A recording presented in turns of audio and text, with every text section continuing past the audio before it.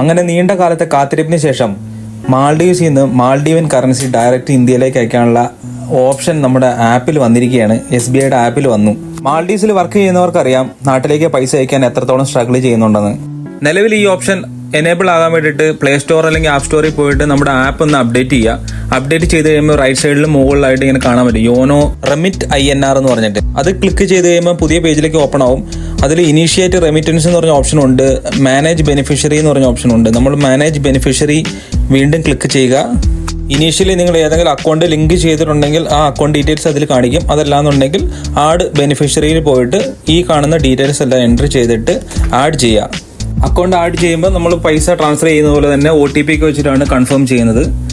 Once beneficiary add ആയി കഴിഞ്ഞ് കഴിഞ്ഞാൽ നോർമലി നമ്മൾ സാധാരണ അക്കൗണ്ടിലേക്ക് ട്രാൻസ്ഫർ ചെയ്യുന്ന പോലെ തന്നെ അക്കൗണ്ട് സെലക്ട് ചെയ്യുക. നമുക്ക് അനുവദിച്ചിട്ടുള്ള എമൗണ്ട് എത്രയാണോ അത് എൻ്റർ ചെയ്യുക. റെമിറ്റ് ചെയ്യേണ്ട എമൗണ്ട്